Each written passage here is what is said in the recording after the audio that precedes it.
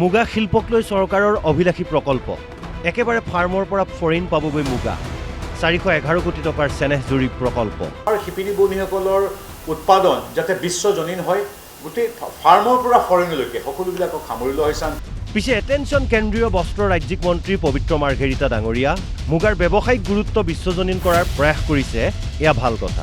কিন্তু বৰ্তমান কেনে পৰ্যায়ত আছে ৰাজ্যৰ মুগা পোহা ফাৰ্ম অৰ্থাৎ চুমনিবোৰ? এয়া চামগুৰিৰ পদুমনিস্থিত মুগা পলু পোহা ফাৰ্মখন চোৱা চিতাৰ অভাৱত হাবি জংঘলেৰে ভৰি পৰিছে। পলু পোহাৰ পৰিৱেশ নোহোৱা হৈছে। শুনক কি ক'লে স্থানীয় লোকে। 100 বছৰে হ'লহি 100 বছৰ হ'লহি এই ফাৰ্মখনৰ ইয়াত স্থাপন কৰোঁতে ইয়াত ৰাইজৰ বহুত বাদ বিবাদৰ হেৰি হৈছিল। তাৰ মাজতো এই ফাৰ্মখন গঢ়িলেহি। গঢ়াৰ পিছত লাহে লাহে ফাৰ্মখন ধ্বংসমুখলৈ গৈ আছে। আৰু এতিয়া যদি ৰেচম বিভাগৰ বিভাগীয় মানুহ আহি যদি ইয়াত চকু কাণ নিদিয়ে এই ফাৰ্মখন অতি সোনকালে শেষ হৈ যাব।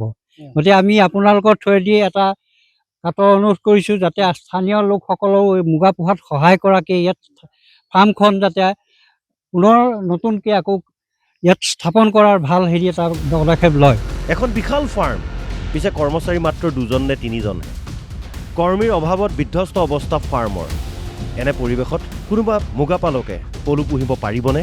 জংঘল বহুতখিনি হ'ল আৰু মানুহ কম ইয়াত বিশেষ।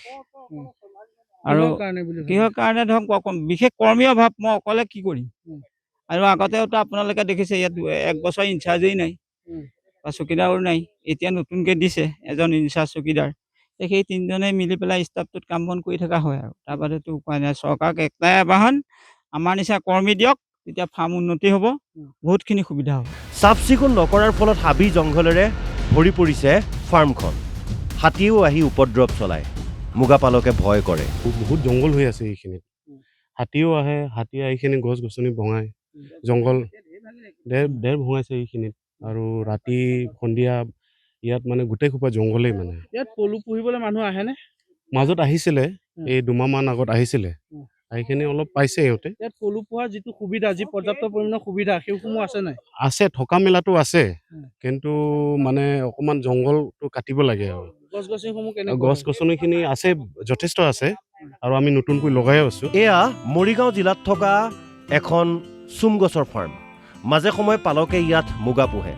চৰকাৰে হাতত লোৱা পদক্ষেপৰ বাবে আশাবাদী হৈ পৰিছে ৰেচম বিভাগৰ কৰ্মচাৰীসকল।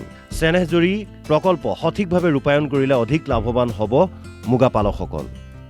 চৰকাৰে যি সহায় সহযোগিতা কৰিব সেইখিনিতো থাকিব, লগতে মানুহখিনিয়ে আগবাঢ়ি আহিব লাগিব মুগা শিল্পটোক বচাই ৰখাৰ কাৰণে বা আগবঢ়াই নিয়াৰ কাৰণে আৰু নিজেও লাভান্বিত হোৱাৰ কাৰণে।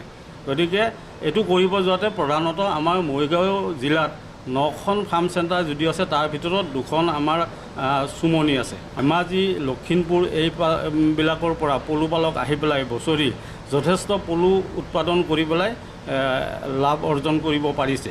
গতিকে এই ক্ষেত্ৰত মই আমাৰ লোকেল অৰ্থাৎ মৰিগাঁও জিলাৰ পলুপালকসকলক আগবাঢ়ি আহিবলৈ অনুৰোধ জনাম।